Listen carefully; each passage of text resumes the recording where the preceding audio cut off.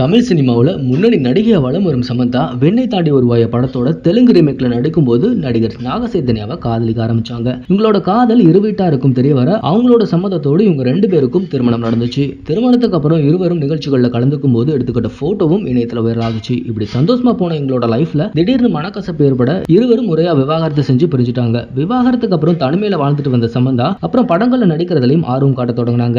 இந்தியில வெளியான family man web சீரிஸ்ல படு கவர்ச்சியா நடிச்சிருந்தாங்க. அதே போல புஷ்பா படத்துல வரக்கூடிய ஊ சொல்றியா மாமா பாட்டுக்கு கவர்ச்சி டான்ஸ் ஆடி ரசிகர்களை கரங்கடிச்சாங்க. இந்த பாட்டு பட்டி தொட்டியெல்லாம் பரவி பயங்கர ஹிட் ஆகுச்சு. பலரும் இந்த பாட்டுக்கு டான்ஸ் ஆடி ரீல்ஸ் போட்டதை நம்மளால பார்க்க முடிஞ்சது. இப்படி அந்த டைம்ல புகழோட உச்சியில இருந்த சமந்தாவுக்கு எதிர்பாராத விதமா மயோசிடிஸ் எனும் அரிய வகை நோய் தாக்கம் ஏற்பட்டுச்சு. இந்த நோய் தாக்கத்தால எழுந்து கூட நடக்க முடியாத நிலையில இருந்த சமந்தா இந்த நோய்க்கு சிகிச்சை எடுத்துக்கிட்டு கொஞ்சம் கொஞ்சமா நோய் தாக்கத்துல இருந்து மீண்டு வந்தாங்க.